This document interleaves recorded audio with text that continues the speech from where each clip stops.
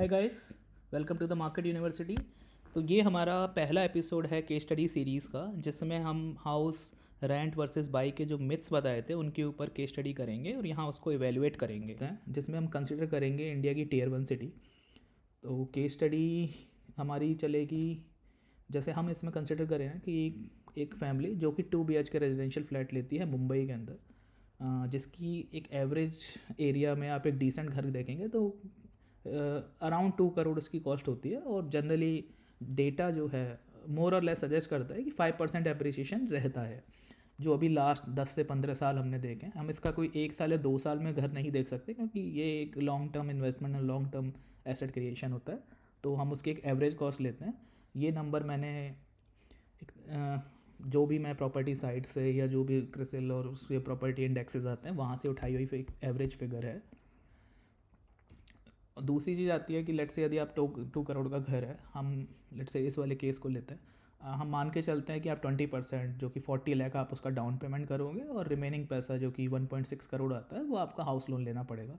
Then again house loan की जो range होती है, यदि आप बहुत ही लो कॉस्ट एनवायरनमेंट में है तो 7% रहेगी, जो और हाई कॉस्ट में लाइक 9% 10% तक जाती है।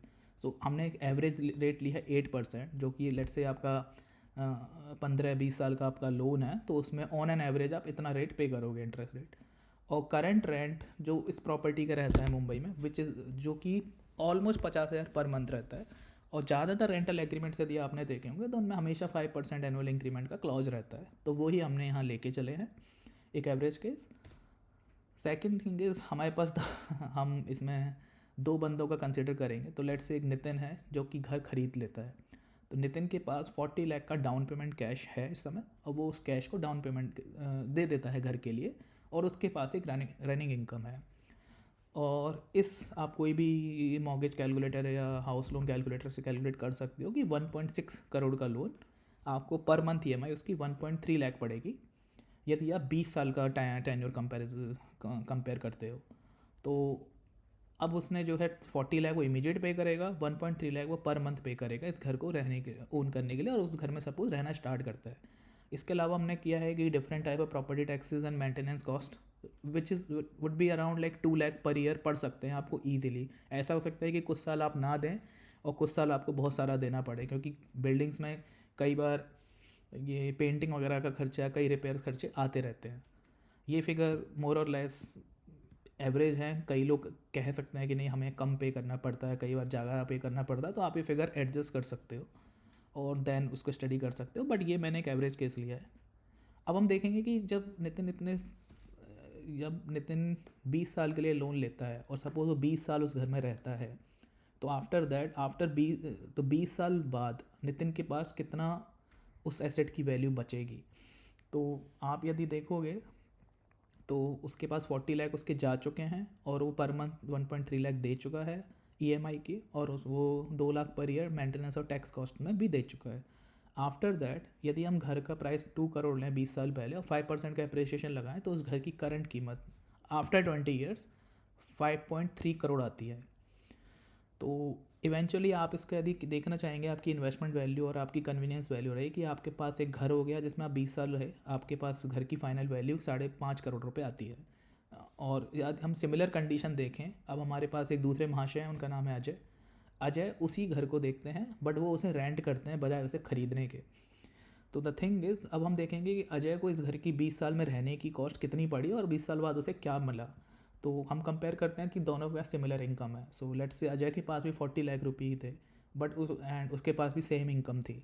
नाउ अजय क्या करता है, चूंकि उसने घर खरीदना नहीं है, तो वो 40 लाख को डाउन पेमेंट किया गया, उस 40 लाख को वो इन्वेस्ट कर देता है और उस घर में 50K पर मंथ रेंट दे के रहने लगता है। अब आप ये देखिए कि जो टैक्स प्लस मेंटेनेंस का कॉस्ट नितिन को देना पड़ा वो 2 लाख पर ईयर, वो भी अजय इन्वेस्ट कर देता है। और जो ये डिफरेंस आ रहा है EMI और रेंट का, जो कि आता है 0.8 lakh per month in this particular case, वो उसको भी इन्वेस्ट कर देता है।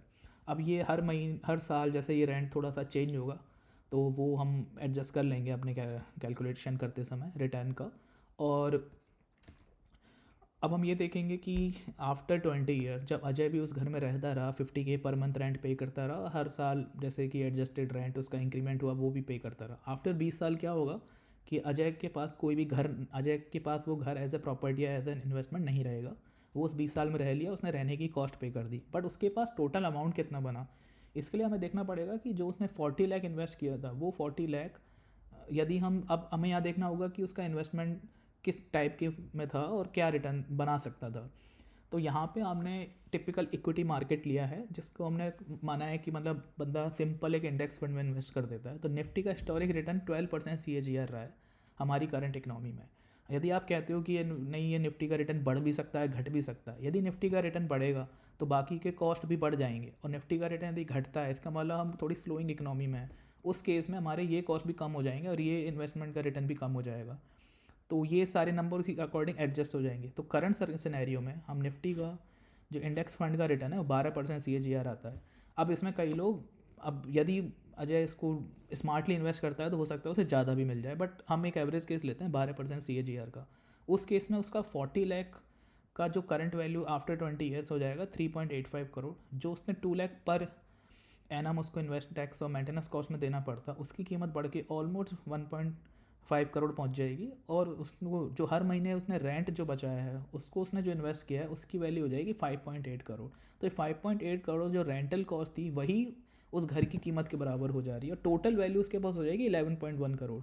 So after 20 year let's say Ajay जब अपने पैसे पे बहुत अच्छा खासा रिटर्न ले चुका है और उसके बाद वो उस घर को ख़रीदता है, तो यदि आप एक कंजर्वेटिव नंबर ले, लेट्स से वो घर खरीदने में उसको 5.3 के 5.5 CR या 6 CR भी देने पड़ते हैं, तब भी आप देख सकते हैं अजय के पास एक ह्यूज सरप्लस अमाउंट बचता है कंपेयर टू नितिन।